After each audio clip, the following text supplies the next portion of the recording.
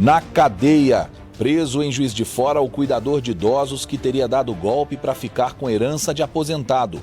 Uma jornalista teria participado do plano e também está presa. Nós fomos pegos de surpresa e, verificando isso, entrar com pedido de revogação e, caso não seja deferido esse pedido, nós entraremos com habeas corpus em Belo Horizonte. Contravenção. Polícia Civil prende 11 pessoas suspeitas de praticar jogo do bicho no sul de Minas.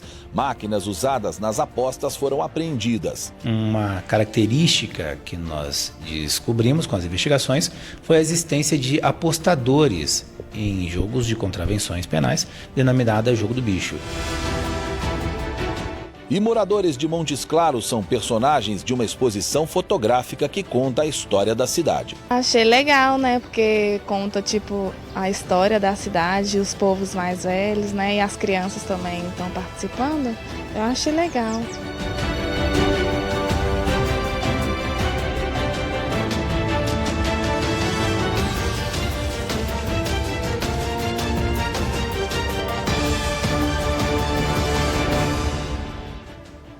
Olá, boa noite para você. O Mais Notícias desta sexta-feira começa mostrando que foi preso hoje, em Juiz de Fora, o cuidador de idosos Carlos César Viana. Ele e a jornalista Denise Zagueto, que foi presa ontem e nós mostramos aqui no Mais Notícias, são suspeitos de aplicar um golpe no aposentado Simeão Cruz, de 80 anos. Os dois teriam fraudado o testamento do idoso. Carlos César Viana, de 59 anos, foi preso pela Polícia Militar na região sudeste de Juiz de Fora.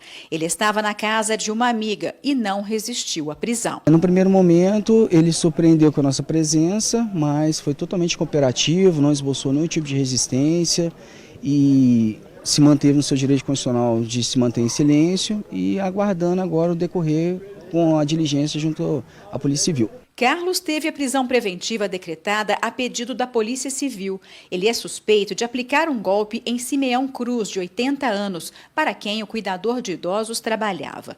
A jornalista Denise Zagueto, de 52 anos, também é investigada e foi presa nesta quinta-feira. Os dois são os únicos beneficiários do testamento do advogado aposentado, que tinha um patrimônio avaliado em quase 12 milhões de reais. A suspeita de estelionato foi levantada pelos sobrinhos de Simeão. Eles estranharam o fato do tio ter morrido no dia 13 de maio deste ano e sido enterrado no mesmo dia, sem que a família fosse avisada. Os parentes procuraram a polícia. Nesse depoimento, cedido por um dos advogados de Carlos, o cuidador fala que o documento foi ideia de Denise. Quem é que confeccionou o testamento? A própria jornalista Denise. Tá. Ela leu em voz alta para o Simeão? Ela leu uma coisa e redigiu outra, entendeu? E na confiança, e o Simeão, na confiança dela, assinou sem ler. No primeiro depoimento à Polícia Civil, Denise relatou que foi Simeão quem disse que queria deixar toda a herança para ela e o cuidador. Em outro depoimento, ela alegou que foi de Carlos a ideia de incluir a jornalista no testamento. Ele afirma que trabalhava para Simeão há 6 anos e que o convívio do idoso com a jornalista era mais recente. Há quanto tempo que a jornalista conhece o Simeão? Mais ou menos 8, 9 meses. Carlos afirma ainda que Denise vendeu uma casa para Simeão por R$280 mil. Ela teria recebido dinheiro, mas nunca deu ao idoso os documentos do imóvel. O recibo da transação foi entregue à Polícia Civil e consta do inquérito. A tia dela morava em cima do apartamento do Simeão, né? Apartamento esse que ela vendeu para o Simeão e ficou de dar a documentação, né?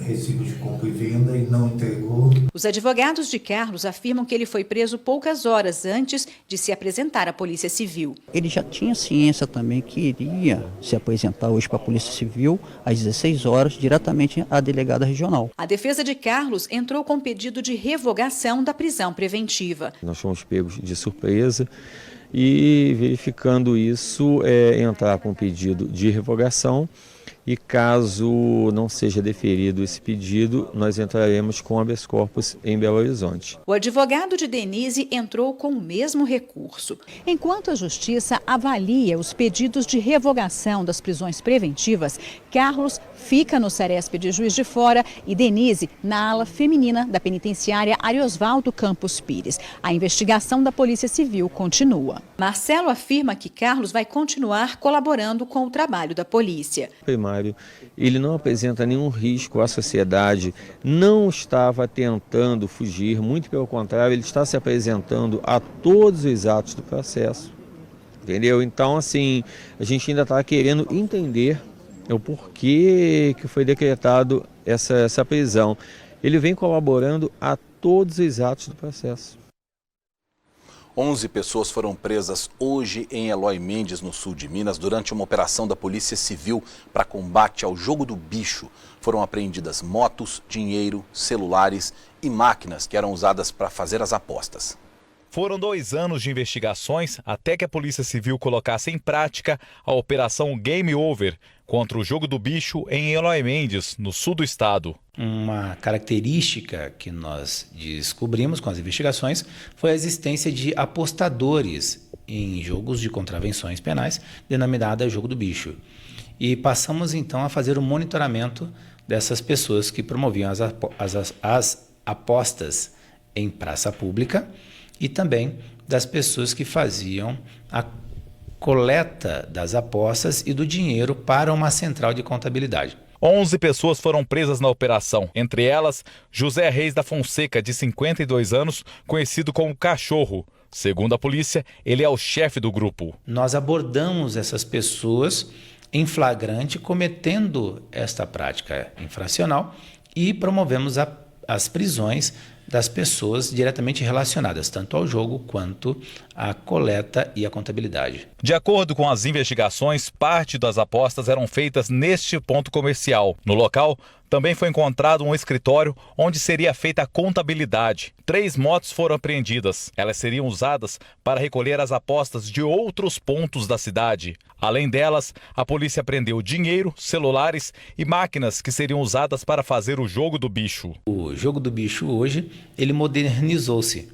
Algumas pessoas ainda podem praticá-lo nas anotações, né, em bancas, etc., mas nessa característica que nós vimos, há uma máquina semelhante a cartão de crédito, máquina de cartão de crédito, que passaria despercebida em qualquer comércio. E ela tem a função de promover a aposta e encaminhar essas informações para uma central. Os suspeitos vão responder em liberdade pelo crime de contravenção penal. Elas foram conduzidas para a delegacia, a autoridade policial, o delegado de prontidão, está promovendo as oitivas dela e dos policiais envolvidos para aferir se, no caso, configura outra prática criminosa ou somente a contravenção penal. O jogo do bicho ainda é contravenção penal no Brasil, apesar de existir há 125 anos e ser uma prática de gosto popular, talvez até maior do que a própria loteria oficial do governo federal. O problema é a hipocrisia com que esse assunto é tratado, né? O Congresso eles têm dificuldade de liberar o jogo, que poderia gerar divisas para o país, em impostos, em empregos. Para você ter uma ideia, o jogo do bicho emprega só no Rio de Janeiro 50 mil pessoas, a Petrobras emprega 68, ou seja, há a possibilidade de se arrecadar, desde que se queira fazer, mas tem que passar por todo o trâmite legal no Congresso Nacional e isso é o mais difícil, porque o assunto é tratado com hipocrisia, como se fosse só o caso de viciar as pessoas que jogam, se não houvesse coisa pior para viciar quem gosta de jogo nesse país. A próxima notícia que a gente traz para você, a Polícia Militar em Ouro Fino, no sul de Minas, apreendeu 7 veículos durante uma operação. Caminhonetes e uma moto teriam sido roubadas e escondidas em um galpão. Também foram encontradas armas e munição.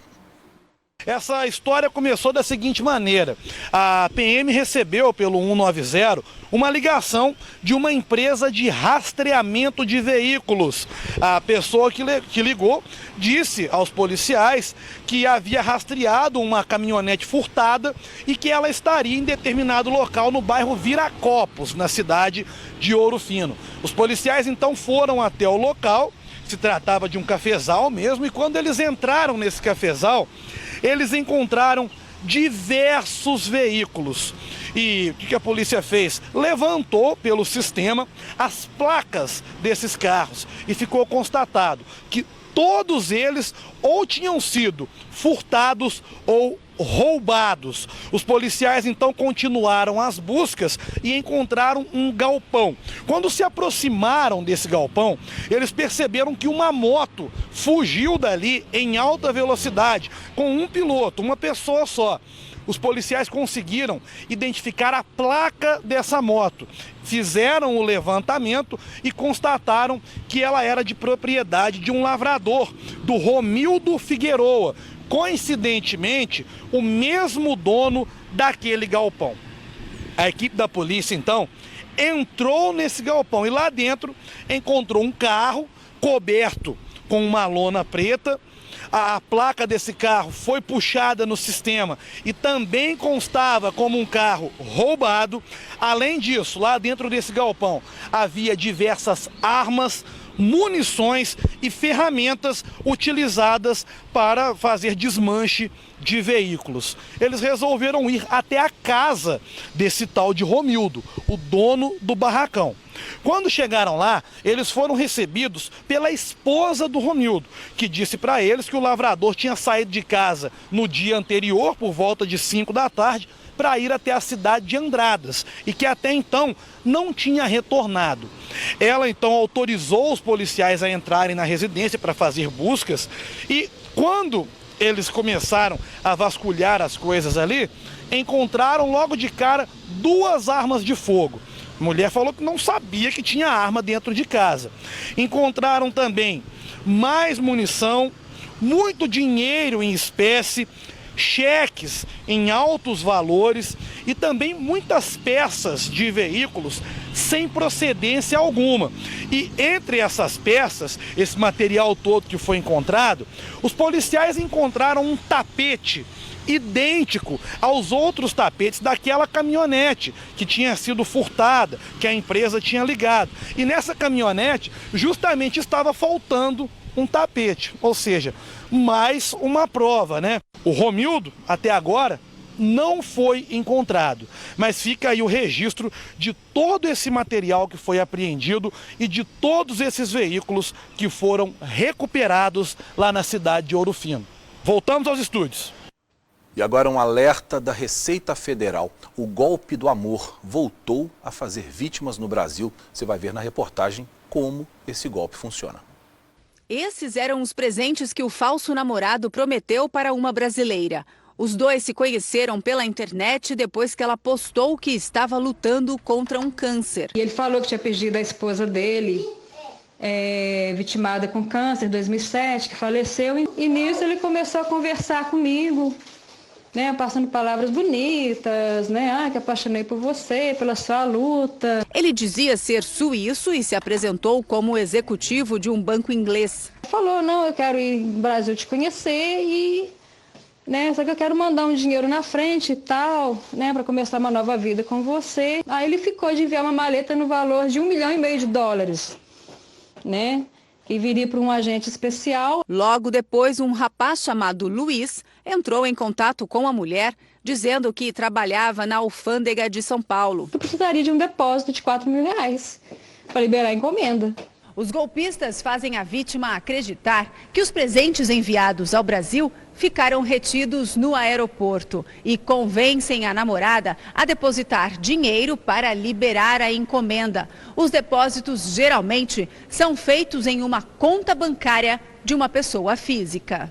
Aí na hora que o rapaz falou, né, me mandou para o WhatsApp o número de uma conta física, eu falei, poxa, isso é golpe. Na hora imaginei, aí entrei em contato com a Receita Federal. Há um ano, o Jornal da Record denunciou o mesmo tipo de golpe. Uma das vítimas acreditava ter encontrado o namorado perfeito, um engenheiro americano viúvo que queria investir no Brasil. O falso namorado mandou um emissário levar uma mala onde estariam $2 milhões. Mas lá só havia papel. Em 6 meses, a mulher perdeu R$600 mil. A Receita Federal do Terminal de Cargas do Aeroporto de Guarulhos recebeu nas últimas 2 semanas mais de 30 ligações de vítimas do chamado golpe do amor. Por isso, alerta. Primeiro, nunca você faça um depósito para qualquer pessoa que seja. Não existe isso na Receita Federal. Depósito, inclusive, sob justificativa nenhuma. Não vale a pena você achar que o seu dinheiro pode financiar qualquer coisa que seja de uma pessoa que você não conhece. É o problema da gente tentar achar, a gente querer achar que as coisas que vêm fácil têm algum tipo de validação. Geralmente não tem. Nós agora vamos acompanhar outras notícias de destaque nessa sexta-feira em Minas Gerais. 2 homens armados com uma pistola automática invadiram hoje cedo uma academia em Uberlândia. Eles renderam funcionários e clientes do local. Queriam dinheiro e celulares. Fugiram no carro de uma das vítimas. Toda a ação foi gravada pelo circuito de vídeo monitoramento e as imagens foram passadas para a polícia. Ninguém se feriu e os militares estão em busca dos criminosos. De Uberlândia, Flávio Soares. Em Teófilo Otoni, no leste do estado, 3 operários ficaram feridos depois que o telhado de um galpão desabou. A estrutura metálica estava sendo construída no bairro Vila Pedrosa. Segundo o Corpo de Bombeiros, 2 trabalhadores estavam sem os equipamentos de segurança. Um deles pulou da estrutura no momento do acidente e teve uma fratura exposta na perna. O outro ficou debaixo dos escombros. Um terceiro trabalhador que usava os equipamentos de segurança teve escoriações. Os 3 foram levados para a unidade de pronto atendimento. A suspeita é de que o acidente tenha acontecido por erro de cálculo. As colunas de sustentação não suportaram o peso. Tudo ficou reduzido a um monte de ferros retorcidos. Nenhum representante da empresa foi encontrado para falar sobre o acidente. De Governador Valadares, Fran Ribeiro. 3 jovens com idade entre 19 e 25 anos foram presos pela Polícia Militar em um ponto de ônibus em Santa Luzia, na região metropolitana da capital. Os 3 e um quarto suspeito que conseguiu escapar foram denunciados por um morador que teria visto o grupo em atitude suspeita. Eles foram abordados por policiais militares e um deles estava dentro de um carro, onde a polícia encontrou 2 facas, um canivete, um machado e 3 galões de combustível, um deles com gasolina. A suspeita é que o grupo pretendia incendiar um coletivo no ponto de ônibus. Os 3 negaram o crime, mas foram encaminhados para a delegacia de plantão da cidade. De Santa Luzia, Vinícius Araújo.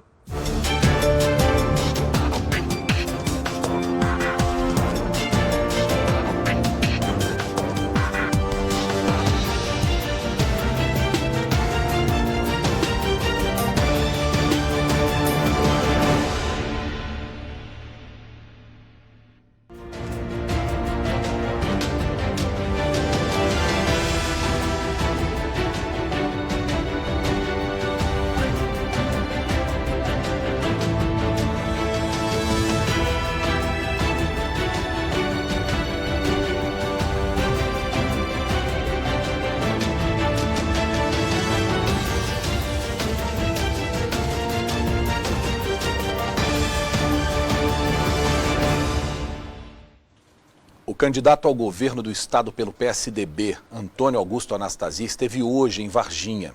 Entre os compromissos, Anastasia participou de um debate na cidade universitária e também se reuniu com lideranças da cafeicultura. O candidato do PSDB ao governo de Minas Gerais, Antônio Anastasia, chegou no aeroporto de Varginha às 9 da manhã. Ele foi recebido por políticos e autoridades da região e logo depois seguiu para um encontro com cafeicultores no Centro do Comércio do Café. O tema do encontro foi o café. No entanto, o candidato foi questionado sobre várias situações complicadas envolvendo o estado atualmente. Entre elas, o parcelamento e os atrasos dos salários dos servidores. Então, logo consigamos colocar as finanças em dia, temos que pagar os funcionários no dia certo, 5º dia útil, e ao mesmo tempo pagar o que devemos aos municípios. Governador de Minas de 2010 a 2014, Anastasia se afastou do mandato de senador para concorrer novamente ao governo do estado. O candidato também falou sobre o que considera prioridade para o sul do estado nesse momento. Nós temos uma prioridade econômica, que é o estímulo à produção industrial industrialização do café, que é uma grande riqueza de Minas e do Brasil e que está muito vocacionado nessa região. Temos também uma prioridade de infraestrutura, no caso específico, que é a melhoria da rodovia entre Varginha e Três Pontas, que é uma reivindicação histórica e muito antiga. Temos uma prioridade na área de segurança, que estamos em região de fronteira com São Paulo, especialmente agora, lamentavelmente, com a presença do crime organizado nos nossos presídios. E, ao mesmo tempo, a prioridade número 1 do governo, do novo governo, caso eu venha a ser eleito, será a tentativa de colocar as finanças em ordem, que esse é o pressuposto, colocar a casa em ordem para então iniciar um trabalho de maior fôlego e melhorar o nosso Estado. Em seguida, Anastasia participou de um debate com membros do Conselho Empresarial do Sul de Minas em um centro universitário. Durante a tarde, ele encerrou a visita à cidade em um encontro com lideranças do partido.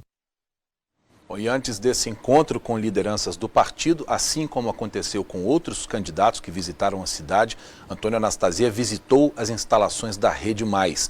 Eu conversei com o candidato que falou sobre os planos de governo. Professor, a gente tem acompanhado essa caminhada que os candidatos já têm feito, os pré-candidatos já têm feito pelo Estado. E uma das coisas que mais tem se falado, e eu acho que isso é natural, é em desenvolvimento. Há uma preocupação geral com o desenvolvimento econômico, porque a gente vive um período de crise no país, de uma forma geral. O senhor já passou pelo Estado durante um período longo e sabe quais são as características da economia do Estado de Minas Gerais, que hoje não consegue pagar em dia os seus servidores. O que pode ser feito? O que o senhor enxerga que pode ser feito para mudar essa realidade a partir do próximo ano, onde se espera que o Brasil volte a crescer? Em primeiro lugar, boa noite a todos os telespectadores da Rede Mais em todo o estado de Minas Gerais. É uma honra, Luiz Fernandes, estar aqui sendo entrevistado por você. É de fato um tema importante. Minas Gerais atravessa hoje uma grave crise, uma crise econômica e mesmo uma crise política. Estamos com a nossa autoestima muito em baixa. Minas não tem atraído empresas, nós estamos com o salário de servidores em atraso, as prefeituras não recebem o que têm de direito, há um sentimento de desânimo generalizado. Então nós vamos precisar fazer um trabalho muito forte, aquele ganhar as eleições a partir de janeiro do ano que vem, para recuperar a credibilidade do Estado de Minas Gerais, para poder atrair novas empresas, para aumentar as que já estão em Minas Gerais e permitir, com esse aumento, aí sim, colocar as finanças em ordem, pagar em dia os funcionários públicos, pagar as prefeituras e voltar a um clima de confiança e de crescimento.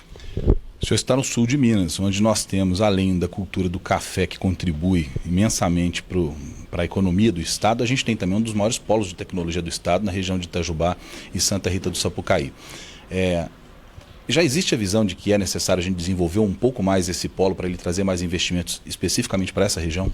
Isso é imprescindível. Nós sabemos que o século XXI é o século do conhecimento. Eu visitei recentemente uma vez mais Santa Rita do Sapucaí, visitei Itajubá, e lá nós temos nas universidades, nós temos a ET, que são instituições do mais alto valor e que podem, de fato, contribuir muito para o desenvolvimento. Nós não podemos permitir, Luiz Fernando, que as pessoas ali formadas, mineiros preparados, saiam de Minas e vão fazer os seus negócios fora, em São Paulo, Rio de Janeiro. Temos de reter esses cérebros aqui entre nós. Então haverá, claro, sempre um programa, como tivemos no meu tempo, de favorecimento das chamadas startups, para o desenvolvimento de novas empresas e apoio a esses jovens empreendedores e trazer uma nova economia que gera um valor agregado maior junto à agricultura, junto à indústria e também aos serviços. Sempre que a gente está falando com o professor, é impossível não lembrar da educação. O senhor viveu no seu governo anterior uma das maiores greves da história do Estado na educação e exatamente por causa do pagamento do piso ou do não pagamento do piso nacional dos professores, que ainda hoje não é pago, apesar da Assembleia ter agora aprovado uma lei obrigando o Estado a pagar. Existe um planejamento para que se consiga fazer isso no próximo governo, já que nesse parece que não vai acontecer? Veja que ironia, Luiz Fernando. Na realidade, no meu governo, houve uma greve política muito forte, capitaneada pela CUT, do PT, e naquele tempo os funcionários, os professores, recebiam em dia religiosamente, recebiam reajuste, recebiam o 13º, recebiam adicional de produtividade. Hoje não recebe nada disso e não tem greve, né? Porque demonstra de fato uma situação muito política daquele momento. O objetivo nosso, é claro, é prestigiar e valorizar o professor. Eu sou professor, filho e neto de professoras do Estado, minhas irmãs são professores, então há um comprometimento maior pagar em dia. A questão do piso é uma questão da carga horária. Nós vamos continuar discutindo e pedindo ao governo federal que demonstre a boa vontade com o Fundeb para nós conseguirmos, de fato, avançar e pagar com dignidade os nossos professores. Mais uma vez, muito obrigado pela presença do senhor conosco aqui no Mais Notícias. Eu quero que o senhor deixe uma mensagem para o povo de Minas Gerais, que a partir de agora, na próxima semana, já se entra realmente em campanha e a conversa vai ser mais direta pelo horário eleitoral. É verdade, mas a palavra é de esperança, que apesar da situação não ser boa hoje, nós temos que ter otimismo e fé. Minas é um estado muito rico, nós temos condições de juntos trabalharmos e reconstruir Minas Gerais. Estou muito otimista e vamos fazer com muito orgulho essa caminhada. Muito obrigado. Bom, assim como fizemos já anteriormente, portanto, com outros candidatos aqui ao governo do estado e ao Senado, demos o mesmo tempo ao candidato Antônio Augusto Anastasia e faremos a mesma coisa, inclusive a partir do início oficial da campanha política, que é o dia 16 de agosto, portanto, daqui a pouco mais de 2 semanas. Ontem, vocês que estão em casa devem ter acompanhado, especialmente quem acompanha esse período pré-eleitoral, o acordo que foi fechado nacionalmente entre PSB e PT em torno da candidatura ou das candidaturas majoritárias, especialmente à presidência da República e aos governos nos estados. Isso, portanto, pode estar inviabilizando a campanha do socialista Márcio Lacerda ao governo do estado de Minas Gerais, já que o PSB resolveu nacionalmente que vai apoiar a candidatura do governador Fernando Pimentel. Essa decisão inclui a retirada da candidatura do ex-prefeito de Belo Horizonte, Márcio Lacerda, para apoiar Pimentel, do Partido dos Trabalhadores, nessas eleições. E isso ainda repercute. Ontem, Márcio Lacerda contrariou a decisão nacional do partido, diz que pode acionar até mesmo a justiça para que ele tenha direito de ser candidato do partido, caso o nome dele seja escolhido na convenção estadual. O diretório estadual do PSB declarou publicamente que não aceita apoiar Pimentel e, por isso, sofreu hoje uma intervenção do Diretório Nacional, que é comandado pelo deputado Carlos Siqueira. O presidente do PSB, Carlos Siqueira, disse que a candidatura de Lacerda sempre foi de faz de conta e disse que vai impugnar essa candidatura na Convenção Nacional do Partido, que será domingo. Portanto, um imbróglio danado que, no fim das contas, deve favorecer a esse candidato que falou agora conosco, do PSDB, que é o Antônio Anastasia, e o candidato do PT, Fernando Pimentel, que provavelmente irão dessa forma para o segundo turno disputar quem será eleito o governador do estado no fim do ano. Márcio Lacerda confirmou que vai manter a candidatura, mesmo com a decisão contrária da direção nacional do partido. Estamos aqui enfrentando uma truculência, um ato antidemocrático, absolutamente injusto e que me provocou muita revolta, muita indignação. E me levou a insistir nessa candidatura, reforçou a nossa, do nosso grupo, determinação de disputar o governo de Minas Gerais. Nessa quarta-feira, o PSB confirmou um acordo com o PT. Nas eleições em Pernambuco, os petistas vão apoiar o candidato à reeleição pelo PSB, Paulo Câmara. Em contrapartida, aqui em Minas, os socialistas vão apoiar o candidato também à reeleição, Fernando Pimentel, do Partido dos Trabalhadores. O PSB vai se manter neutro nas eleições presidenciais. O pré-candidato ao governo de Minas disse que articulações contra ele estão ocorrendo há 4 meses e recusou a oferta do partido para que ele concorresse ao Senado Federal. Eu me recusei a aceitar essa intervenção, recusei também a possibilidade de ser candidato ao Senado na chapa do PT. E até agora não recebi nenhuma comunicação formal a respeito disso. Domingo vai ser realizada a convenção estadual do PSB e o ex-prefeito de Belo Horizonte disse que pode ir à justiça pelo direito de concorrer ao governo. Tudo que tiver ao nosso alcance para defender a candidatura, nós iremos atuar dentro dessas possibilidades. Você acompanha comigo a previsão do tempo, no intervalo e na volta a gente fala do aeroporto da Pampulha em Belo Horizonte.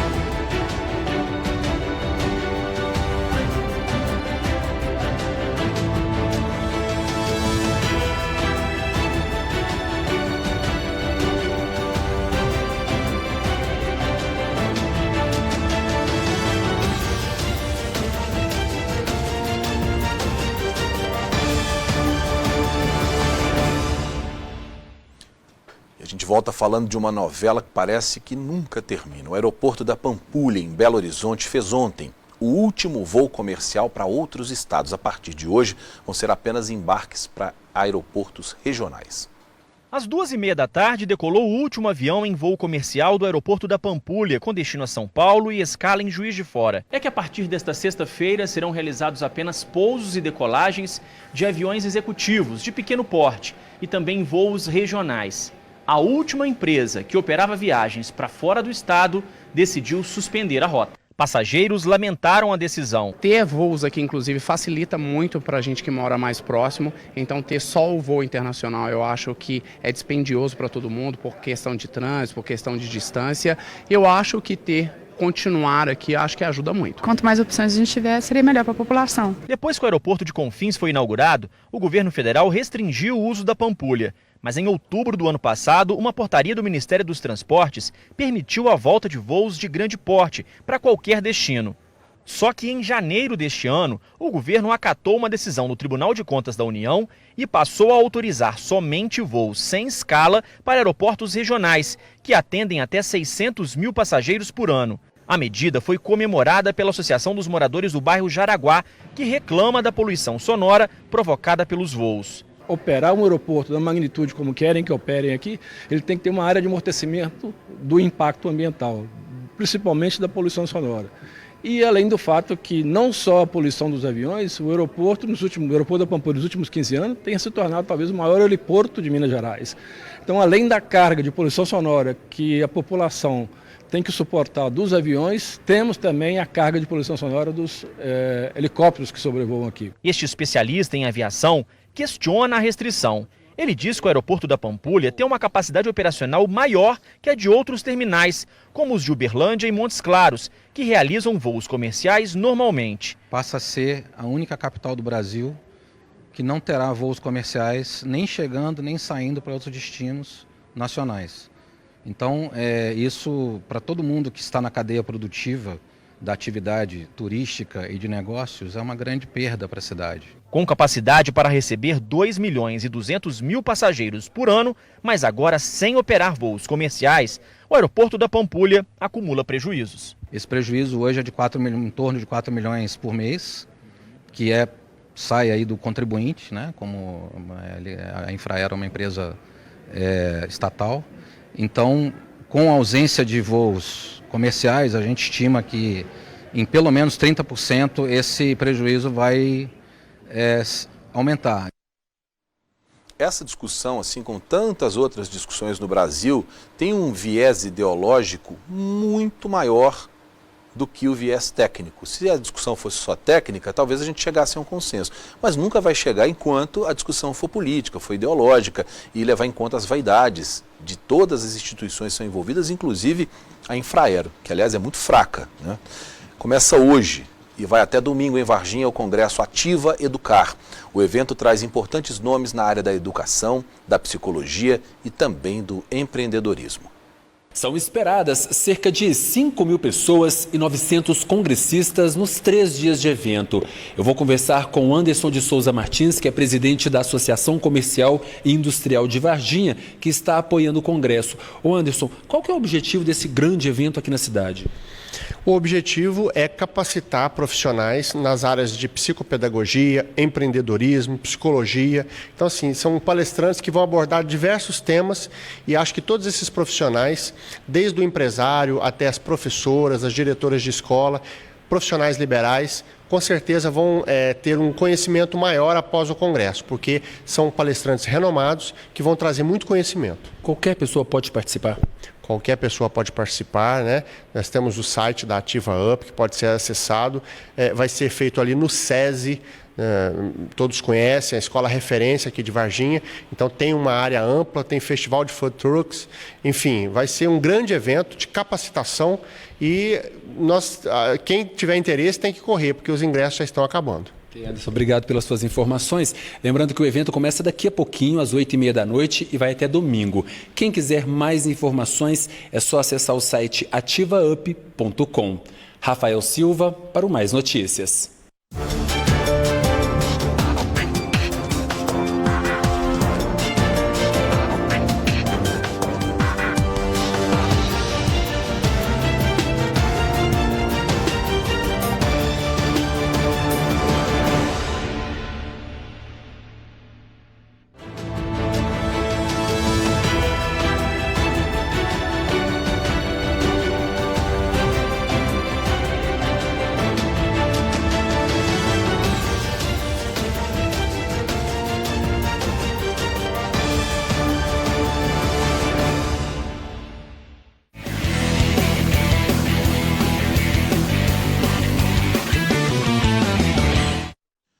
assunto agora no Mais Notícias é futebol.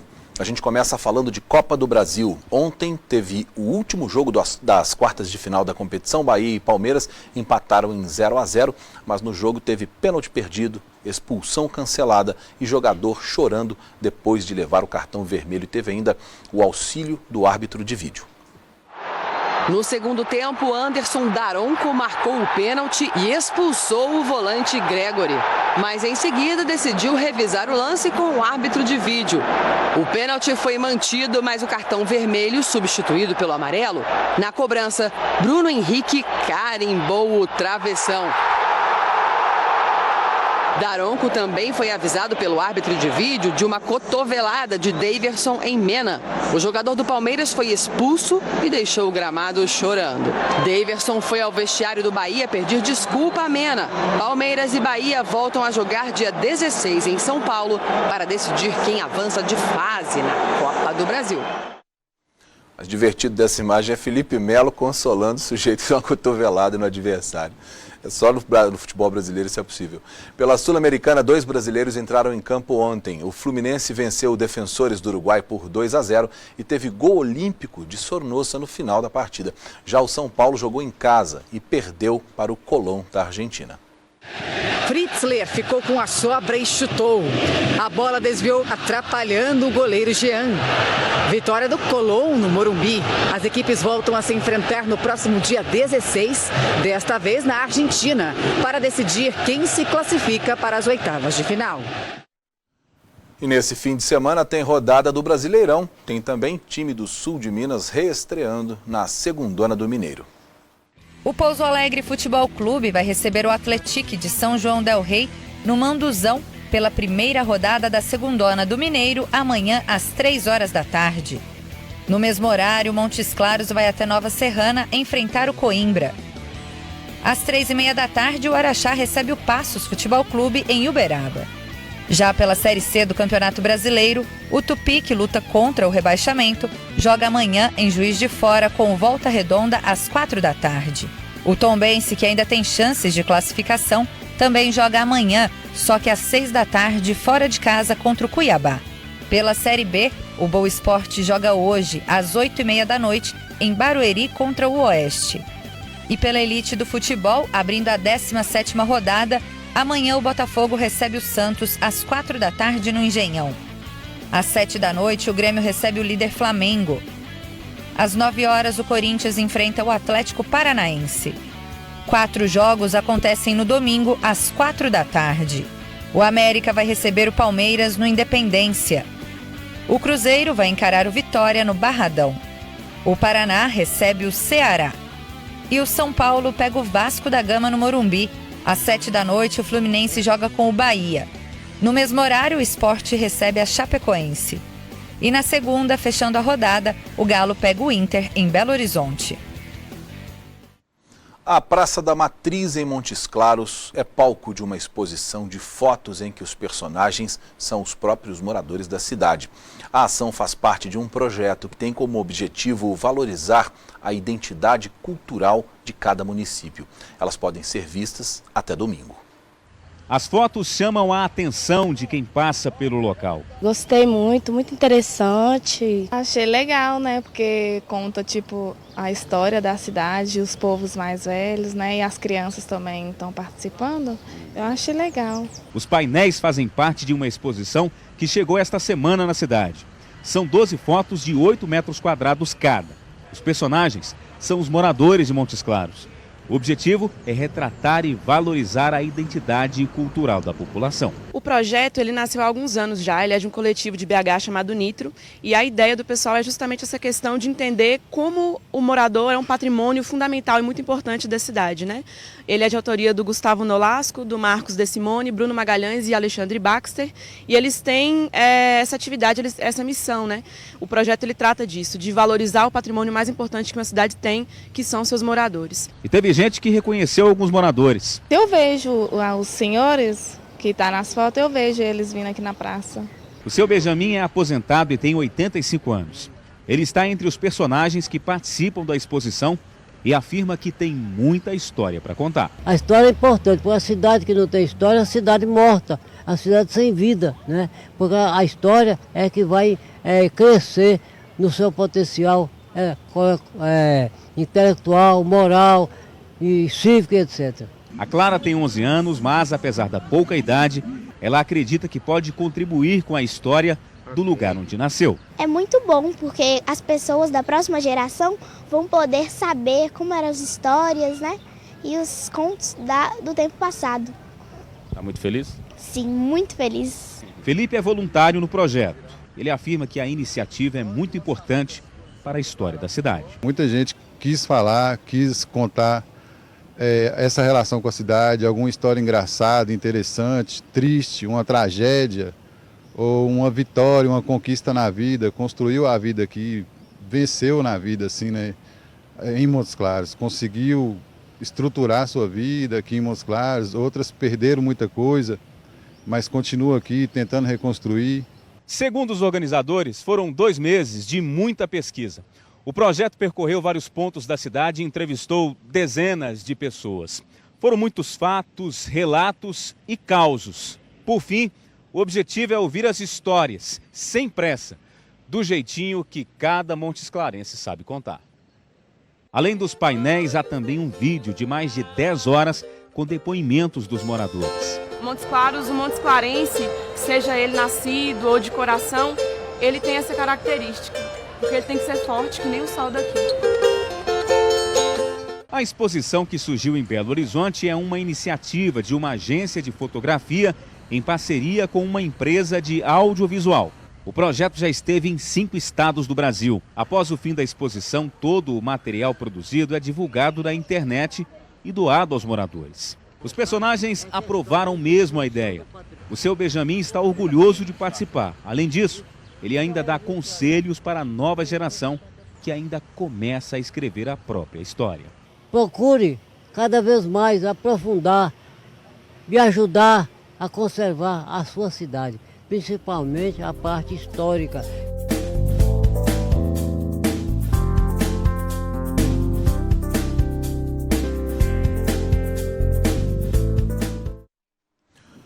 Sexta-feira, como todo mundo que está em casa já sabe, é dia de ouvir com Larissa de Oliveira quais são as dicas para o fim de semana, dicas culturais, dicas de baladas. Boa noite, Larissa. Boa noite, Luiz. Boa noite a todos de casa. E hoje a agenda está recheada de atrações. Vamos ver? De hoje até 27 de agosto, o Juiz de Fora recebe a 17ª edição da campanha de popularização do teatro e da dança.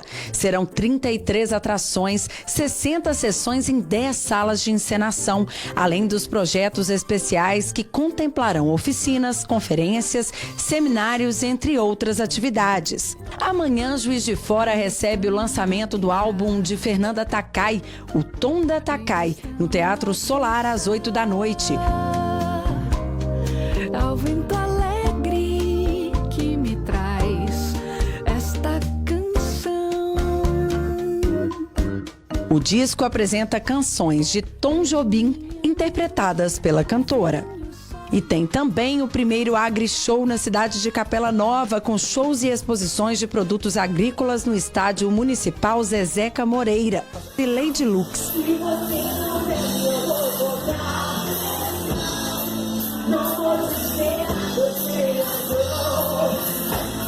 Amanhã, Israel Novaes. É doido que eu vou deixar meu esqueminha virar esquema dos outros.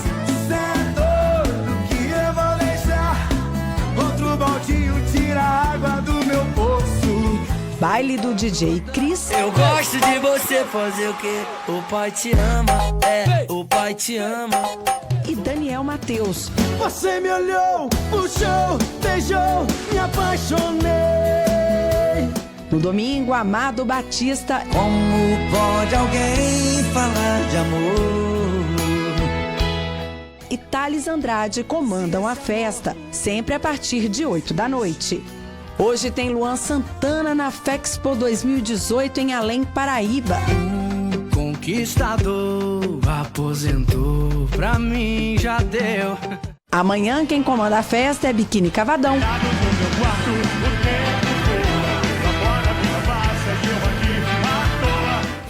domingo, Grupo Bom Gosto. Como eu quero, de novo um beijo seu muito gostoso, do jeito que você faz é carinhoso, por isso eu quero suas mãos em mim. No sul de Minas, hoje tem Wanderson Lopes no Ideal Clube de Paraguaçu a partir de 7h30 da noite. E tem também a comédia stand-up Vida de Professor com Diogo Almeida, amanhã às 8 da noite no Teatro Mestrinho. Ó, vocês acham que o Brasil foi descoberto? Não vou gritar mais. De hoje até domingo, o Parque José Afonso Junqueira, em Poços de Caldas, recebe o Poços Classic Car. Automóveis de diferentes estilos e épocas, além do mercado de pulgas, brindes e troféus para os participantes e várias apresentações culturais ao longo do dia. De hoje até domingo acontece o encontro de motociclistas no Recanto do São Cristóvão, em Três Corações, com várias atrações musicais, expositores e área para camping. No norte de Minas, nesta sexta-feira, a banda Os Bambas se apresenta no Empório da Serra, em Montes Claros. A festa conta também com a dupla Marcelo e Mateu e o som do DJ Paulo Ribeiro. Amanhã tem Boteco do Sérgio e Rodrigo no Celeiro Music Bar, também em Montes Claros. O show começa a partir das 10h30 da noite. Em seguida, se apresenta o DJ Luan Amorim. E tem balada forrozeira no Mansão Dance Show, também em Montes Claros. A banda Skylove do Forró anima a festa a partir das 10 da noite. Coisa pra caramba. Eu vou te falar um negócio, de tudo isso aí, o que eu iria mesmo sair de casa pra ver, assim, que eu... Wanderson Lopes, esse é o Wagner. Ah, esse é ótimo. Sou fã demais desse cara. Sempre com a gente. Muito bom, mas tem o Biquíni Cavadão, Larissa, que eu não sei se você já viu o show do Biquíni Cavadão, mas é um dos mais legais do pop rock nacional e resiste também ao tempo. Realmente, ele resiste ao tempo, é uma banda que é ímpar em todas as gerações, né? Desde que começou. Show. E ele não envelhece. Não. No palco parece uma criança. E as músicas também não. Agora, outra coisa que é impressionante é Amado Batista, né? Amado Batista deve ter uns 80 anos de carreira e continua enchendo os palcos, continua falando para multidões e as músicas dele continuam na boca, especialmente das senhoras donas de casa que adoram o estilo dele, né? É verdade. Olha, Amado Batista não tem 80 anos não, mas tem 40 anos de carreira, um pouco mais até, e gravou 39 álbuns, sendo 28 inéditos. Ele já recebeu centenas de prêmios, dentre eles 28 discos de ouro. O show do artista vai ser no domingo, a partir de 8 da noite, em Capela Nova, no Campo das Vertentes. Muito bem. Você sabe cantar alguma coisa dele, não? Ah, só empregada, alguma coisa. Larissa, obrigado para você. Boa noite, bom fim de semana. Bom fim de semana a você e a todos. Mais notícias fica por aqui. A gente volta segunda-feira. Bom fim de semana para você que está em casa também.